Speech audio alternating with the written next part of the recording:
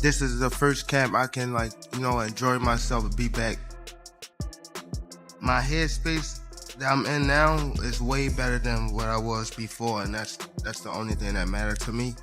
A lot of things out there about the size and all of this stuff, but people forget that Tank's a top 10 pound for pound fighter, and he's got power in both hands.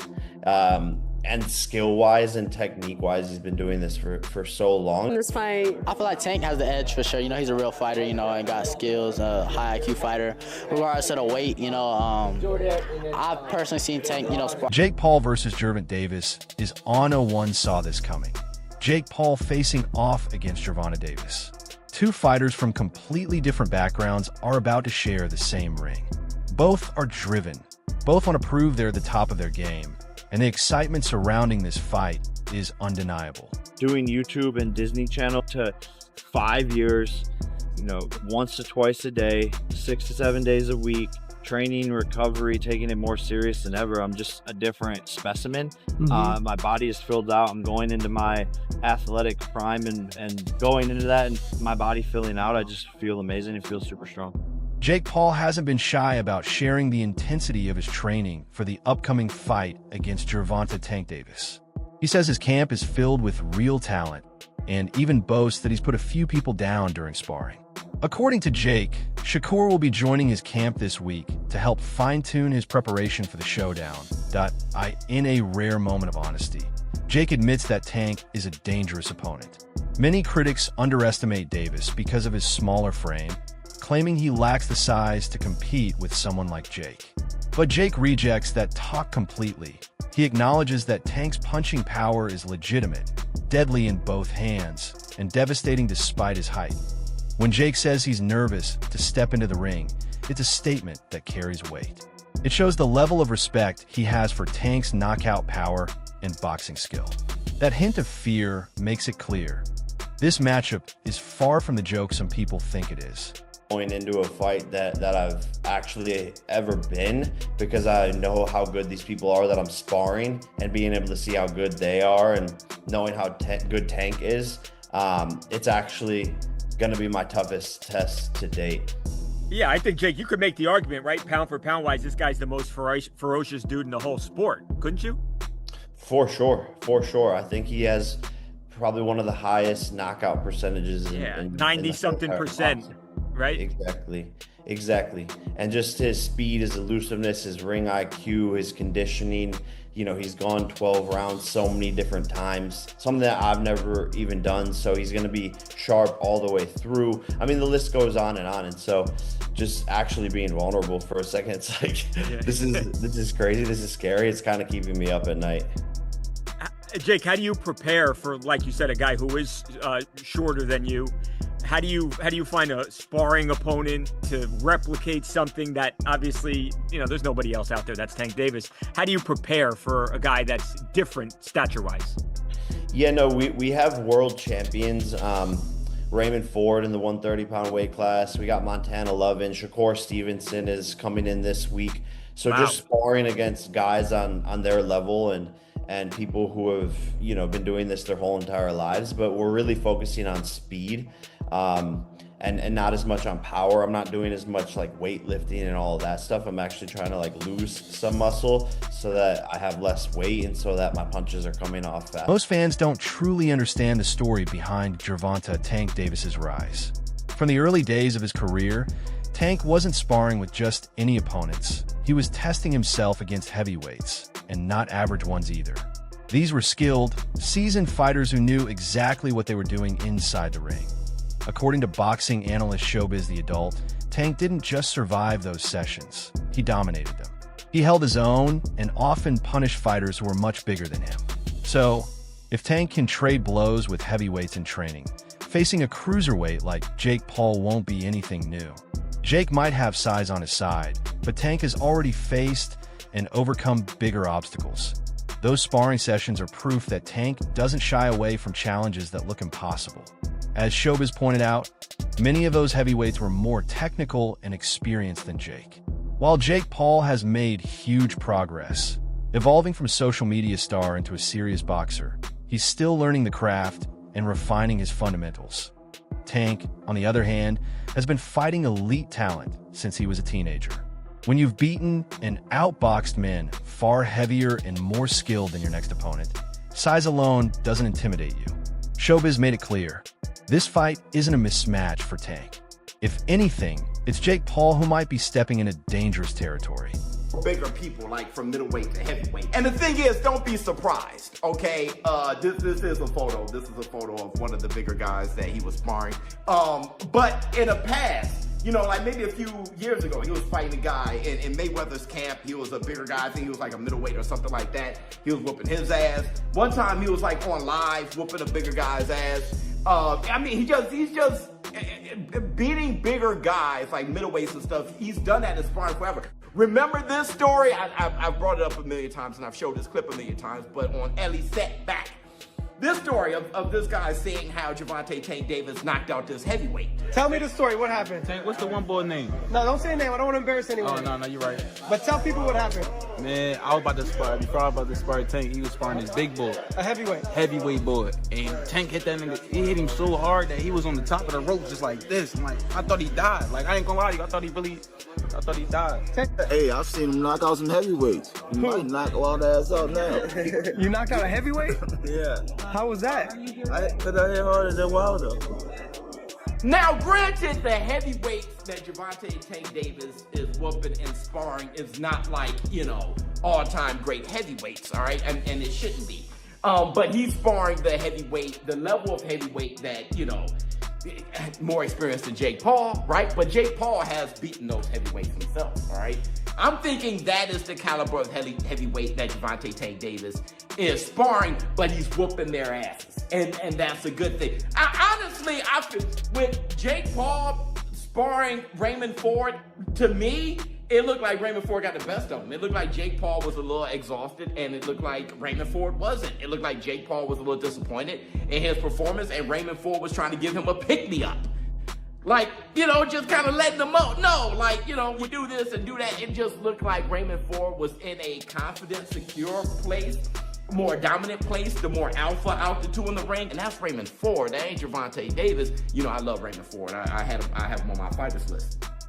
But still, I don't think anyone thinks he's as skillful or as powerful as Gervonta Tank Davis. Gervonta Tank Davis has made up his mind about his future. He's done fighting at 135 pounds. The weight cuts were too harsh and drained too much from his body.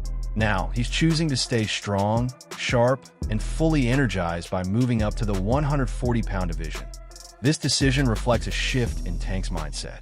He's aiming higher, setting his sights on bigger names and greater challenges, including his highly anticipated clash with Jake Paul. After that fight, Tank plans to remain a full-time super lightweight, confident that this is the division where he can perform at his absolute best. His goal is clear: to dominate the weight class and cement his legacy on an even grander stage. Some fans believe that moving up could put him at a disadvantage against Jake, who naturally carries more size. But Tank sees things differently. He feels stronger, faster, and more explosive at this weight. His stamina improves, and his punching power, already feared at 135, becomes even more dangerous. If he was delivering highlight reel knockouts before, now he's chasing show-stopping power. This version of Tank might be the most dangerous one yet, and Jake Paul could be the first to experience just how powerful this new chapter of Tank Davis truly is. Throwing fits a few weeks ago when Gervonta had announced that he would be fighting Jake Paul in, I believe it's coming up in just about a month, or a little bit less than a month, and that he would not be, at least immediately, he would not be rematching Lamont Roach. So people went all up in arms. Shout out to my guy, Big Dog Willie, who even right now is claiming that Gervonta Davis is going to go try to fight in WWE or something like that when he gets done with Jake Paul. But the truth of the matter is that Gervonta Davis is coming back to boxing. He's always said that he's coming back to boxing. He said he's going to run off, get this bag real quick, and he'll be right back. Well, as you see, the 135-pound WBA, the WBA, where he holds his 135-pound championship has not stripped him. They said that they were going to look into it if he had not rematched Lamont Roach, but nothing ever really came of that. So as of right now, he still has his 135-pound title, but I'm telling you, the way that things are panning out, I don't think he's going to go back down to the 135-pound division. I think he's going to go to the 140-pound division where really and truly all the smoke is there. Add to it the fact that when he fights Jake Paul, he's going to be fighting Jake Paul at a higher weight than he would necessarily be fighting guys at 135 pounds. You're probably not going to see him drain down for the fight. I don't think he's going to bulk up at all. But usually even when guys play with their weight and they go up and allow themselves to fight at a higher weight or fight people at a higher weight class. Boxing analyst Carmel Martin has shared his perspective. And in his view, Tank Davis clearly holds the upper hand. Martin explains that Tank's history of sparring with heavyweights proves that size won't intimidate him. Jake Paul's larger frame won't make a difference when he's up against someone with Tank's ring IQ. According to Martin, the real gap between the two fighters isn't in power, it's in skill. He describes Tank as a seasoned, tactical boxer, while Jake is still progressing through the learning stages of the sport.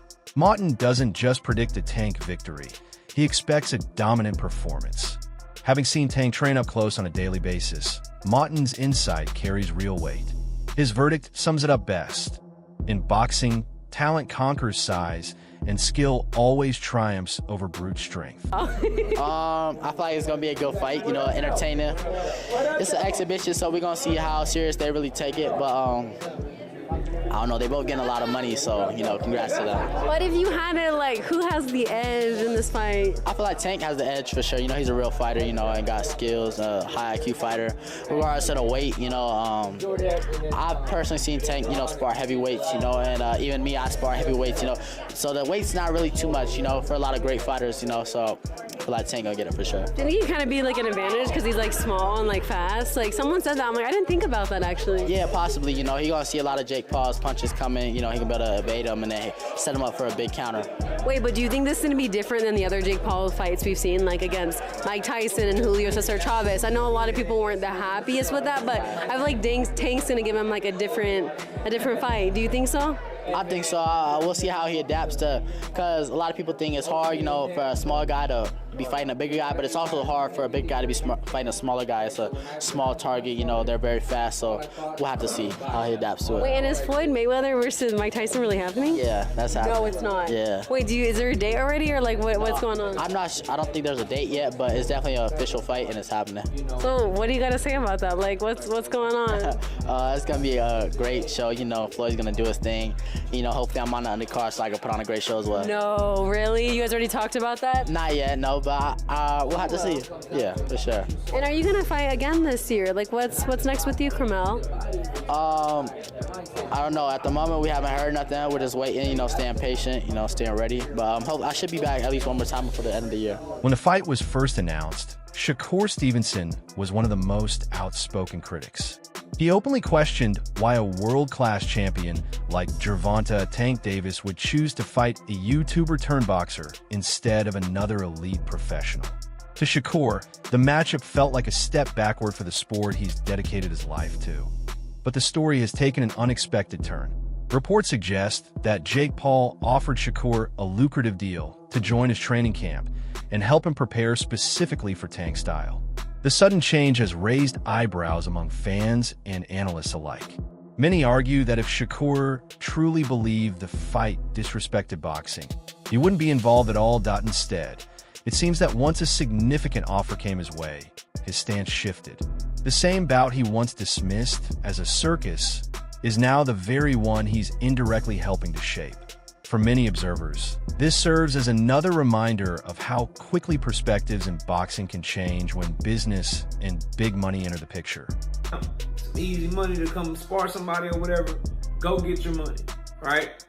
But what's funny to me is for someone who had nothing positive to say about this fight, and someone who was critical of Tank Davis for taking this fight, and tried to shit on Tank Davis for taking this fight, he sure is doing whatever he can to be a part of it. He sure is doing whatever he can to be a part of the fight. And then to take that a step deeper and a step further, for someone who doesn't want to talk about Tank Davis anymore, he sure is making moves to ensure that he is continued to be mentioned with Gervonta Tank Davis. Shakur Stevenson is not stupid. The new firm that he hired to do his PR work and get him to do these interviews and try to enhance his brand, they not stupid. Jay Prince not stupid. Josh Dubin not stupid. The people around Shakur Stevenson have been building social media brands, building boxers, and building talent in different industries at the same time. I mean, for a long time. They know how this shit works. They not dumb. They know the conversation that is going to surround Shakur helping Jake Paul. Tank Davis' biggest rival going to camp to help Jake Paul. If Jake Paul has any kind of success in the fight, Jake Paul was successful because Shakur Stevenson is on a different level and he helped prepare Jake Paul for the fight with Tank. That's why Jake Paul did so good. They know this, bro. And to me, that's the problem that I always have with these guys like Shakur Stevenson. You can throw Lamont Roach in there. You can throw Devin Haney in there, bro. You can throw Keyshawn Davis in there if you want to. My issue is they won't admit what it is. And I guess it's an ego thing, it's a pride thing. Offset brings a different angle to the discussion, focusing on the physical dynamics of the matchup. He believes Jake Paul's natural size and strength could give him a genuine chance at victory. The weight difference is clear, and Offset suggests that if Jake connects with a clean shot, it could completely shift the fight's momentum. Still, he doesn't overlook Gervonta Tank Davis's elite skill set. Offset acknowledges that Tank is a defensive master, someone who can dodge punches, fire back instantly, and make opponents miss over and over again. While Offset gives Jake the edge in size, he admits that landing a meaningful punch on Tank might be far harder than it looks. To him, this fight represents a compelling contrast. The raw power and size of a determined challenger versus the precision, experience, and technique of a seasoned champion. Davis? I don't understand how that's happening, though. I mean, that's kind of what Jake Paul does, right? That nigga's 7'8". 6'7". I'm not saying 7'8". Like, the nigga's 6'4". So you think Jake wins? Yes. This is kind of like the Mayweather versus Logan Paul fight. And Mayweather, he got the better of Logan for sure. I think Logan's even bigger. Than Jake? Fuck no. Logan's bigger than Jake, yeah. He like, is? Bigger, yeah. But Jake's now a more experienced boxer than probably Logan was at that time. I don't know. That weight shit, man, that shit was a real thing. What's the odds on that shit? I wonder. Not out yet? Who do you think will win out of Canelo? I don't really follow boxing like Canelo, that. Man. I like my boy, but Canelo's just Canelo's a beast. He not old. He still got it. He hit hard as a motherfucker. And then like the fighters he fought and lost to was some dogs though. Like most people won't get in the ring with him, so it's like I feel like I don't know. Has he got the? I don't know. I feel like he gonna land though. What's that? What's the odds on that? Oh, so Davis is minus 205 to beat Jake Paul. Jake Paul's plus 155. Wow, that's tight odds. Tank Davis is minus 205. Jake Paul's 155 opening odds. Dude, that's crazy. I don't know. Tank 5'2" though, but it's like he's so short. Fast. Yeah, I'm saying the height difference is like, crazy. Is Jake even gonna be able to hit him? Like, he's probably so fast. Tank's gonna be able to hit Jake. He's short though. Tank's gonna hit him a lot. Right? How tall is Tank? 5'7". He's like 6'3". So different. That's no, I know. 6'3" and big. Now technique, he got him in technique because he's for sure. Yeah. But I don't know. I gotta see that fight. That shit sound crazy. You gamble on football? You sports bet? You have to pay him a lot of money to that fight. Oh, they're making so much money. Many observers have pointed out that the criticism aimed at Gervonta Tank Davis may have less to do with boxing and more to do with envy.